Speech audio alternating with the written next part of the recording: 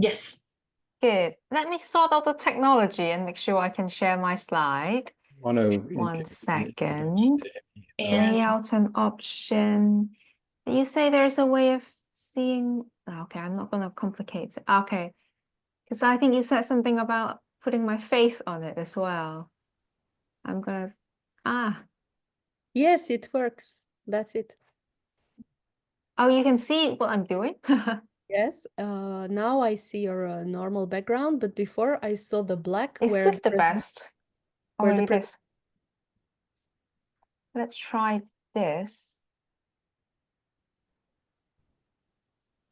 Cool. Yeah, it's Okay, it's but I loading. also need to pull something out in the background. I don't know what it looks like from you guys' perspective, but so you can see the slide and my face, but you can't see the notes in my background or anything like that, I assume. Correct. Okay, so this is perfect. I'm sorry to And interrupt. Can Deborah, do you provide an introduction to Imi? Yes, No. yes. Imi is an author, a mental health consultant, a philosophical consultant who guides individuals and groups towards a more meaningful and authentic life. Her internationally acclaimed books, Emotional Sensitivity and Intensity, and The Gift of Intensity, translated into multiple languages, are sought out by readers worldwide for their compassionate and astute guidance. Today, she will be speaking on leadership philosophies and ancient texts, a comparative analysis of meditations and Tao Te Ching. Thank you. thank And you. whenever you're ready. Yes, it's really embarrassing. I realized when you read that out. So I didn't feel that when I wrote it. So anyway, hi everyone. So today I'm going to talk a little about Tao Te Ching and Marcus Aurelius meditations, because I know there were a few meditations. I don't know if any of you are familiar with these. They have been gaining some popularity in the West, as especially the Tao Te Ching as well, which I will address later of how it might have been interpreted as an Eastern philosophy. And a lot of what I talk about it might look like a presentation about, say, leadership coaching, but it really isn't just about that. Because in what I'm trying to do, leadership can be really defined very broadly. I think leadership is one of humanity's oldest and most important concerns. By the way, if I'm speeding through this too quickly, because I realize I have a lot of materials, let me know if I'm just being slurry. Yeah. So for centuries, we've tried to understand it, define it. There has been a lot of various theories around it. I'm not a super expert in leadership theories. I only probably did it for around when I crafted this paper. But yeah, I was quite shocked to realize how many definitions there is. So in the context that I'm talking about it, I don't see it only as like a CEO, company CEO. You could be a leader in your family, in a small unit. You can even be a self-leader. So I'm not defining it in a very fixed way. So I hope that a lot of what we discussed today could be applicable to yourself or your practice. And yeah, across histories and cultural have different understanding of what leadership means. So in the past, leadership is the definition of it was pretty narrow. One of the trends were to have the great man theory. In a book called On Heroes, Hero Worship, it was argued that basically history is shaped by extraordinary people where innate qualities like charisma, intelligence set them apart. And according to this theory, leaders were born, they were not made, and it's what makes them unique. They were just born like that.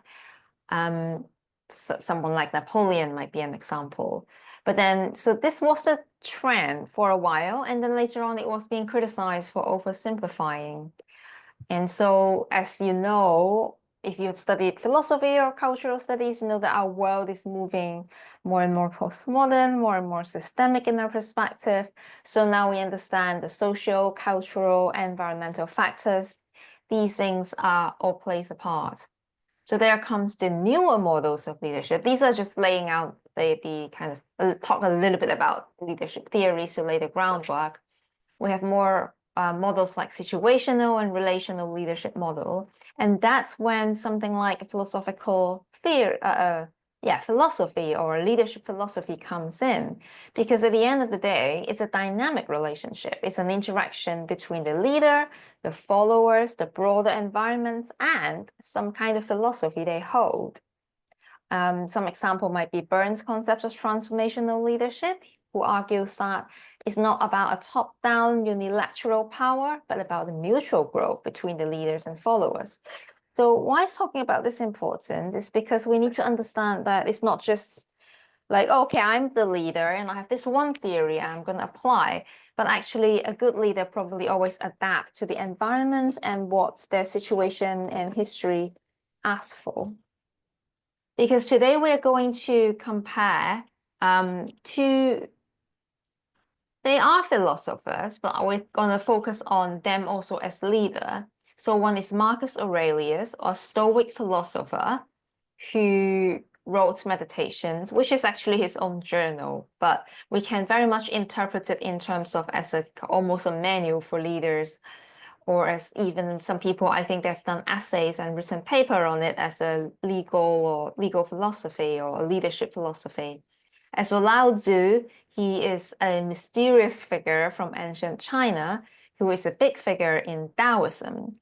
Actually, I'll go into a bit more details into them later, but we will be comparing the two leadership models of these guys and see how they differ and what we can learn from them and how we may even potentially synthesize these East and West models. So really, the materials I present today are just some basic frameworks, but there's if it caught your interest, there's a lot we can do with it. We can use it as materials for East-West comparison, synthesis. There are lots of angles we can go into. Why have I gone into that? Sorry, not very systemic in my thinking. But I think, yeah, leadership really matters today. I think, as I said, we need a broader definition of leadership. It's not just about, oh, I do leadership coaching with CEOs and executive coaching. It's really not just about titles and formal positions. I think managing ourselves, setting goals, navigating our own challenges. We need to lead ourselves, basically, which my definition is to understand our values, staying grounded in difficult situations, being adaptive, and making decisions that align with our purpose. So my point being, leadership is everywhere. It happens in big organizations for sure, but also in small communities, churches, homes, even in your own heart and mind. So where does that lead us? I think there's a lot we can learn from ancient wisdom. This is when they come in. These traditions may seem a little far removed from our modern world, but I think they offer really valuable, timeless wisdoms. I think that's also might be why it's getting a bit of a resurgence. You guys might have heard of books like, what are those called? Ryan Holiday, The Obstacles is the Way, Daily Stoicism. I mean, they're really making a resurgence in places like Silicon Valley in the business world. As for Taoism as well, you might have heard of the Tao of Pooh, the Winnie the Pooh, the Tao of leadership, the Tao of this, the Tao of that, the Tao of family, the Tao of couple. So I think there's a reason why they're making a comeback, because there's a lot we can learn from them. These are just some quotes from them, but we'll go into a lot more details later. Yeah, so sorry, I was already diving in earlier to lay the groundwork. So basically, in a time where our world is so complex and fast-paced, these ancient wisdom might be tools to help us slow down, reflect, and to make sure that our lives align with our purpose. And the slide 5, yes. So the two texts that we'll be comparing would be Tao Te Ching. Sometimes you see it written as Tao Te Ching with a T in the West. Yeah, so usually in Chinese scholarship, and actually I was told by a professor who is an expert in this field that the Tao Te Ching is probably the more authentic translation and the way the Chinese academics usually translate it. Whereas the Western adaptation, not that it's good or bad, right or wrong, I usually does it in the Tao Te Ching way. So I just had to pick one. But if you sometimes see it spelled as Tao and sometimes it's Tao, that's probably the reason. I think the trend is moving towards the one starts with a D. So that's where I went. Yeah. So despite their vastly different historical and cultural context, they remain relevant, as we will see. And maybe you will disagree, which would give us a fruitful discussion. So we can start. So I would also talk a little about the two leaders who wrote them, because they are the sole author of these texts. Obviously, their own lives, their own context, and their own style as leaders would also come into our discussion, not just the text, because I'm not just going to do a textual analysis, although in a 25 minutes presentation, I threw in lots of quotes and things too. Oh, well, we're only in slide 6. All right, I'll be brief. So Marcus Aurelius, he lived from 121 to 180 CE. He's a Roman emperor. He's probably one of the Stoic where he holds a higher position as a leader. Because if you look at the other Stoics, like Epictetus, he was like a prisoner, a slave for most of his life. The others hold other position and other sufferings, like Seneca. But Marcus Aurelius, not that he hasn't suffered, he was the emperor of Rome when Rome was towards the tail end of flourishing. And he actually faced lots of challenges like the wars, the famine. There was like poverty and famine going on in the city. It's actually plagued with political instability inside. But then he also gets to enjoy some of the goodness from the flourishing of the Roman Empire. So he was really in a funny time. Why this matters is it actually does affect what he does in his leadership, I argue. But going back to his leadership style is that he was obviously hugely influenced by Stoic virtues, which would be wisdom, justice, courage, and temperance. These are the 4 cardinal virtues in Stoicism, as some might know. And we may look at how these virtues have shaped his leadership. Wisdom, he always has a wider perspective. He believes in interconnectedness of all things, and he acts rationally according to that. For instance, I think, yeah, he's the emperor, but he doesn't think he is that superior to other humans. He does care a lot about justice. For instance, he had lots of policies that is empowering, I think, women and slaves. And he does want, in Meditations, he wrote something about, he does want a polity governed by equal rights and equal freedom of speech, which at his time was something different to commit to. Courage and temperance, I mean, he does live out these virtues. For instance, I think he did go to the front line of the war. He shared the hardship of his soldiers as the emperor. And if we look at, again, modern theory, based on base, I don't have it here, sorry, but I can give it to you if you're interested, is aligned with what we call authentic leadership. So he does walk his talk, and he's quite humble. I somehow organized my slide to go back to talk a little about Stoicism. And yeah, I mean, I can't assume everyone is familiar with Stoicism. So maybe it's useful. Like I said, it is governed by these 4 cardinal virtues: wisdom, justice, courage, and temperance. And it has enjoyed a resurgence, but this whole resurgence in the West, yeah, the book that was I had in the top of my mind was The Daily Stoic, which I think you can probably see in most bookshops these days. And it really makes it applicable to the modern times.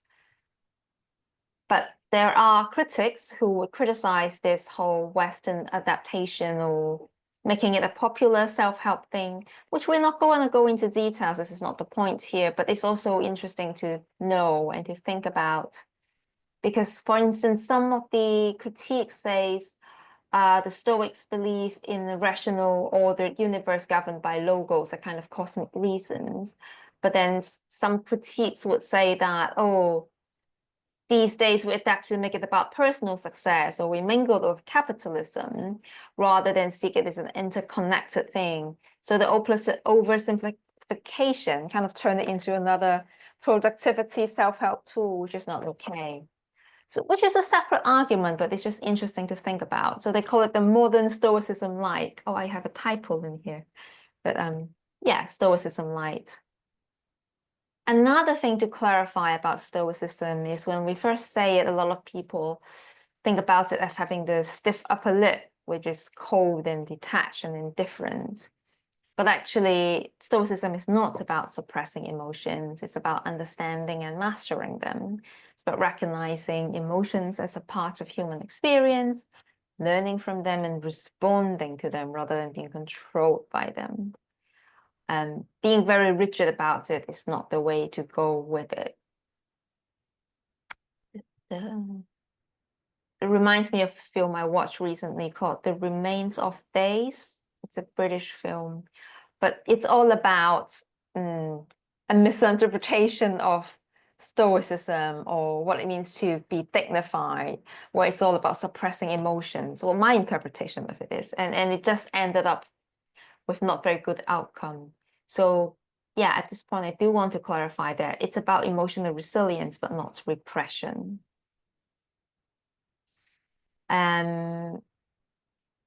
This is slide 9. Yeah. So why I think Stoic wisdom for modern worlds are very useful. We live in a time where some philosophers and sociologists call a narcissistic culture. For example, Christopher Lasch, I will be mispronouncing people's names today probably, in his famous book, The Culture of Narcissism, argued that modern society is increasingly driven by individualism, self-obsessions, and fixations on appearances in places like social media. It's always about the performance of self. So we see people increasingly not as partners in life, but as competitors or audience. And also it reminds me of Han Byung-chul. Can't say it right, but I just call him Han. He's a South Korean philosopher who wrote The Burnout Society. I really very much resonate with his philosophy, which is that we have become what he calls an achievement society, where everything is about self-improvement and self-promotion. We've replaced a sense of we with a constant focus on me. And so people feel increasingly isolated and even burned out because their lives feels very disconnected from the larger purpose. And so we can see how a lot of what Marcus Aurelius preaches, or even Lao Tzu, quite direct to address these particular problems. Well, for example, this is one of my favorite quotes from Marcus Aurelius. I really like it. When you wake up in the morning, tell yourself, people I deal with today will be meddling, ungrateful, arrogant, dishonest, and surly. They're like this because they cannot tell good from evil. And then, he kind of justifies himself to be patient. I don't think the way he describes other people is the point here, but the fact that he does see himself as a part of humanity and he sees it as his duty to be with others. And so he don't see others as fundamentally other than him. Although just from this quote, you may not get that sense, but if you read the entirety of meditation, you can see that he's really humble and he really makes an effort to relate to others with empathy. So just a friendly, I apologize for the interruption, just a friendly reminder. Just about like 5 more minutes before we have to go into Q&A. Really? Oh no, I'm not even halfway through. Okay, in that case, I will speed through some slides then. Yeah, we live in a flattened world. I think these things you can relate to. If you're interested, I can share the slides. So we live in echo chamber, so empathy is important. These are more quotes from Marcus Aurelius. Thank you for the reminder. This is really useful. I think I have too many slides with quotes from the book, which you can find later. Maybe I can go and, yeah, so these are all aligned with his philosophy. We exist for the sake of others, teach them, bear with them. And we can talk a bit about Lao Tzu. He is the sage leader. He's quite different in that his philosophy was quite counter to the major philosophy of his time, which is Confucianism, which is a lot about rules. governance and rituals. But he's a heretic in the sense that he's arguing against that. We're going to jump over these things. I think it's quite obvious why the okay, let me just okay, this is important. So Lao Tzu's philosophy can be captured in Wu Wei, effortless action, or what I call be like water. So water is a really good analogy for his philosophy. Here you can see some like leadership theories that I try to map it with adaptive leadership. So for example, in verse 8, he said, the greatest leaders are like the best water, nourishing all things without striving, flowing to the lowest places and remain humble.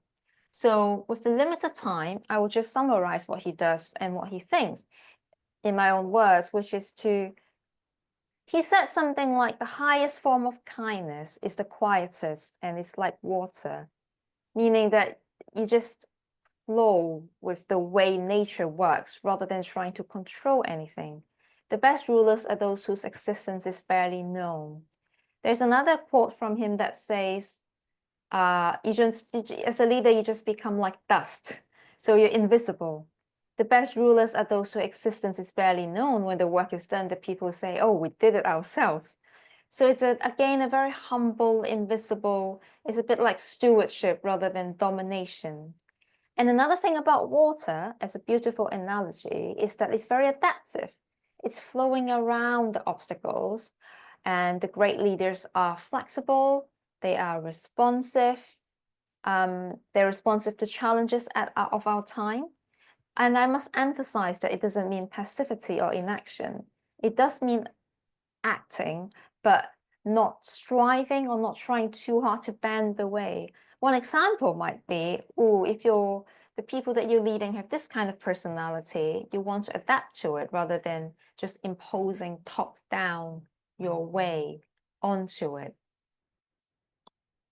And another value of Taoism in our time is the ecological thinking. We all know that we're facing the climate crisis, and there are lots of interesting research that has been done around, actually someone has found a correlation between employees' green recycling behavior and the leaders' embrace of the Tao. So that's quite interesting, and it's quite useful in countering our hyper-individualism these days.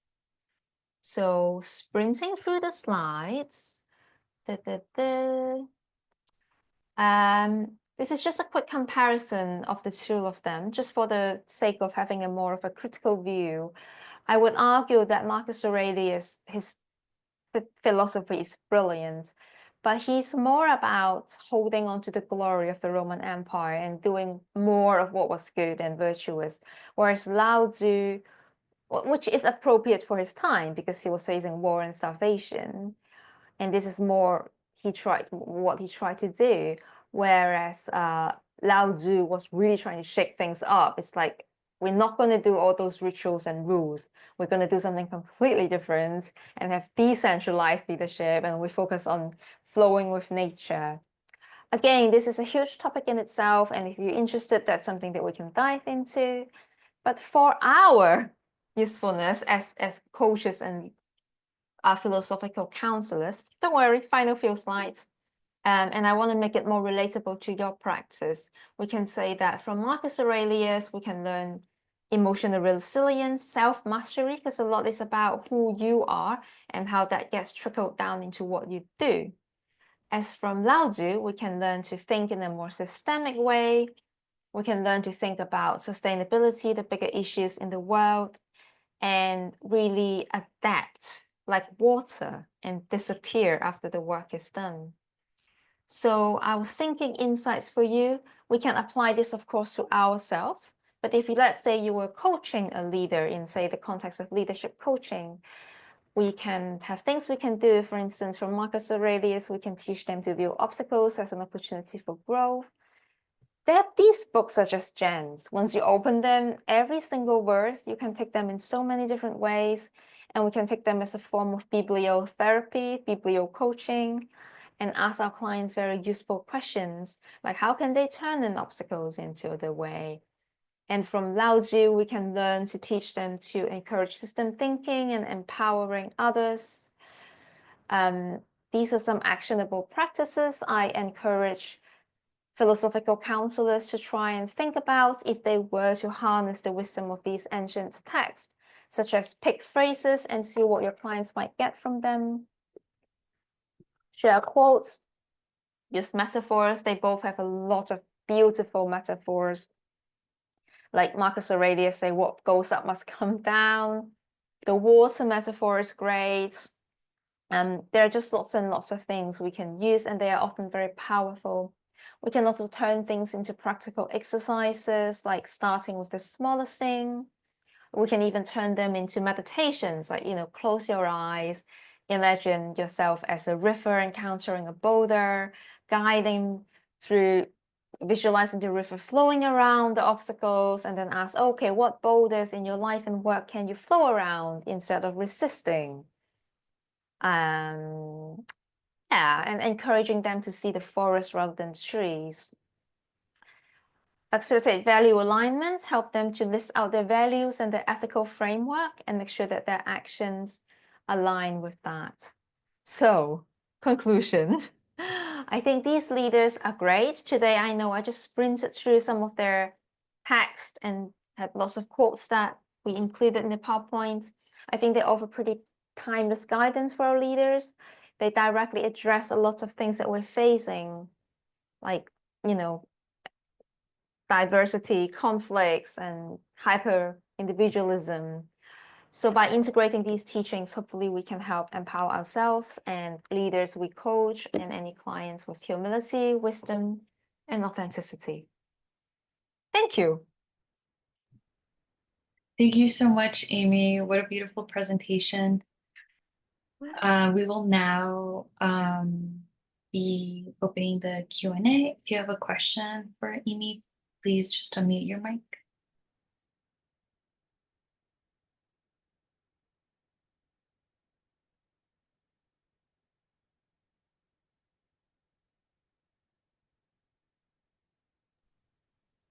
I see a question from Jonathan saying, wonderful presentation, Imi. In comparing coaching methods, how different would you say philosophical coaching is to executive coaching?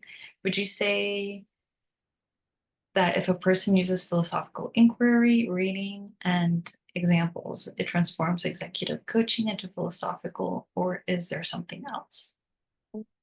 First of all, thank you for the question. I'm not a super expert in executive coaching, so I worry that I may not be able to be very insightful because I don't know enough about it to compare the two. I also think both of them, there are lots of ways of doing it. I think they can go hand in hand. I think what I introduced here are pretty adaptive to most things we do, most form of coaching, but as long as the client doesn't think you're preaching a religion or preaching something or imposing one particular framework on them, I think it's less risky with things like Taoism or Stoicism. It's probably more risky when it's something like Buddhist wisdom, where they think you're preaching a philosophy or a particular religion. But I think they can, I don't know if I'm addressing your question. I don't think the format of it matters. I wouldn't try too hard in defining what I do as executive or philosophical coaching. I think they could be integrated and you can name it in whatever is helpful for you. That's how I approach the labels and umbrellas of these things. I may not be directly answering your question, so if you want to clarify or ask a further question to clarify, I'll be more happy to think about it. Let me see, actually now I can see the chats too. Would you say philosophical coaching is different, or how different? Readings and examples, it transforms. Yeah, I don't know what it would be transformed into because I don't think what we call it matters so much, but it's for how different it is. I think it adds on to it. It has the potential to make everything you do richer. For instance, you might be doing what you're already doing in executive coaching, and then you can throw in a quote that is relevant. things like metaphors and stories can be really inserted into most intervention, I would think.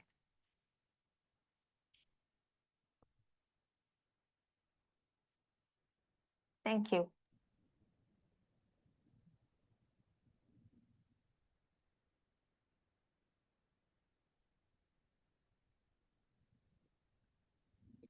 I find the comparison very interesting and wonder about the similarities, between them, not just the differences. And I always thought that Stoicism sort of resonated well with Taoism in the sense that the mind, has this ability to let go, Yeah. and when I work with clients, I find, that many clients who are inclined towards Stoicism find Taoism palatable too, because of the, similarity of the mind having this, the metaphor of water flowing, just to let it go, don't hold on to it, and when we talk about perfectionism and demands for perfection, the Stoics would basically remind us that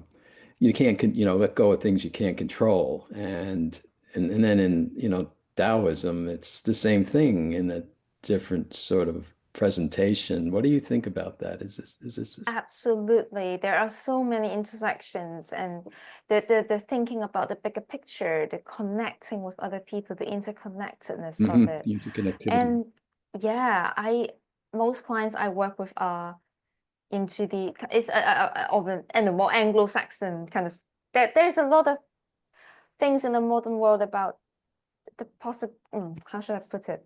There's a lot in traditional psychology about being able to change things, isn't it? It's like CBT or things about doing things to change things, and both are really great reminder of aligning what's naturally happening.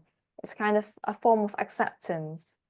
And yes, and what were you saying that was you find to be the biggest point of integration? The idea that instead of holding on to Yes. demands, for instance, that things, I have to have the approval of others. This is something that you can't control, so you just let it go and stop trying to control things outside of your control. And I think, Exactly. and that Stoic construct seems to me to be, evident in Eastern thought, including Taoism. Absolutely. Yeah. Yeah. So you control it's a serenity prayer. You Yeah. control what you can, you let go of what you can't, and hopefully you have the wisdom to discern between the two. Once we dig into this, we can just find people talk about different things, like Heidegger as well, and Taoism has similarities, and with Marcus. So we can really map all these things to find what resonates with you as a practitioner. And I find that reading these texts for yourself really does enrich who you are as a person and enrich who you are as a counselor. And when you can really use that in your session, it becomes quite powerful. And yes, I completely agree with you that that part and more, the more we dig into it, the more we realize we can write a book on their commonalities and how similar they are. And when you think about it, it's really beautiful how these people in such different times in histories and in geography, one in ancient China and the other one in ancient Greece or in the Roman Empire, they're saying very similar things. And when you personally resonate with some of that, it is, yeah, pretty beautiful. And a lot of things both philosophy really suggests us to do is to align with the way things are rather than fighting against it, not as a way of defeat or passivity, but as a way of embracing life as it is, like Nietzsche would say, amor fati, where you learn to love your life and you're still very active. It's an active assertion. It's like existentialism, isn't it? Okay, things are shit. They are the way they're sorry for saying the word, things are the way they are, but then you do what you can within it. And it's actually very empowering and active stance of asserting. Mhm. Yeah. I'm very impressed too with you mentioned the idea of interconnectivity and especially Mm, the Taoist concept of it. And I see a good deal of that in the work, you know, in the LPT, where the faulty thinking errors sort of are the, you know, the yin and yang idea that somehow they're connected and you can't really understand the virtues unless you understand the fallacies. And so the individual who commits to rational thinking is in line to start seeing, you know, what the virtuous path is, you know, that instead of, you know, the unreasonable approach, you move to the rational approach and they're mm, connected and you can't, you know, sever them, you know, without losing half the truth. So I find that, you know, extremely useful for individuals, especially, you know, on a security scale, you know. yeah. How secure are you? Well, are you into the negative numbers? But it's a Mm, continuum, you know, and you don't if you don't know the dark, you can't see the light. And so mm, this concept, this Taoist concept, seems to be, you know, really a useful, enlightening construct, you know, for purposes of helping people to move forward, you know, to gain greater security, you know, in their relationships to, you know, living and the relationships to other people. So this interconnectivity, you know, comes into play. mm. It's complementary rather than against each other. You know, very complementary. That's right. Yeah. And I think, you know, lots of Western approaches sort of see, you know, these things as antagonistic. And then we Mm, construct, you know, these dichotomies between yeah. mind and body and, you know, reason and emotion. And we fail to see, you know, the interconnectivity between them. But, you know, the Eastern concept sees the connectivity. And I think that's refreshing and useful. Yes. The other, what you said reminds me of the other biggest. Well, basically, in studying Taoism, there are mostly two figures that we would do, which is Lao Tzu, who wrote Tao Mhm. Te Ching, and Mhm. Zhuangzi. Okay. I actually don't speak very good Chinese, so my pronunciation is very Anglo-Saxon and weird. So yeah, Zhuangzi's stuff is he's basically saying his whole philosophy is that there's no categories and these things are all meaningless because they are all just based on comparison. So he's very much against saying things are good or bad, beautiful or not beautiful, because it's all relative. At first, it can feel quite weird and alienating, but once you really grasp it, it just changes your world. It's such a relief. And it really helps people to stop comparing. Yeah, which our world very much encourages, because, you know, there's a lot about ranking and comparison. We always have to place ourselves in the world somewhere. But he's basically saying all these categories are meaningless because they're all relative and there's no good or bad, really. The circumstances make it so. That's a bit like what the Stoic says as well. It's not that things are fundamentally good or bad, but your thinking makes it so. Mhm. So yeah, Mhm. mm, Thank you for that. thank you. Thanks for joining the discussion, sharing my passion for these two philosophies.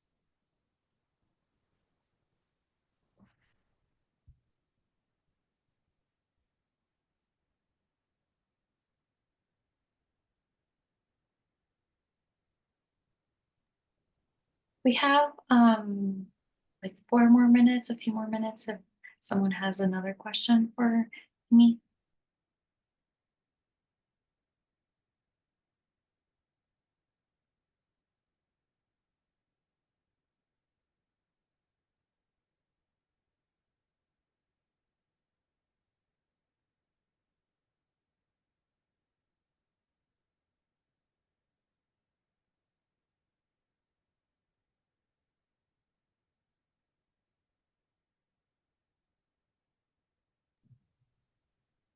Amy, you could also share last few words with us to conclude the Yeah, sure. presentation. I think what inspired me to do this is personal passion for these two philosophies and readings. And I always think it's very useful for practitioners because we're also different and unique people to share what you personally find inspiring. Not share, but integrate it into your practice. You might be into literature or cinema, and these things are quite universal and can be things like stories and symbols are often very powerful tools that we can integrate into our practice. And that's what inspired me to do this presentation.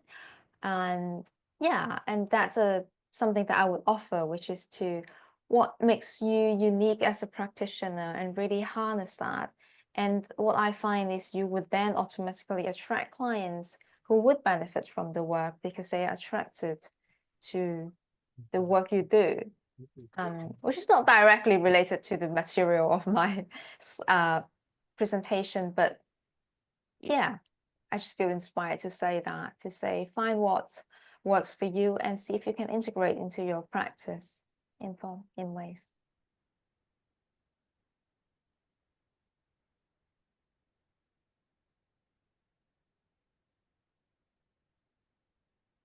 I mean, if there's no further question, I'm happy to, because you have a long day ahead of you, I'm happy to let you slide into the next presenter as well. Thank you, Imi. No worries. Thank you.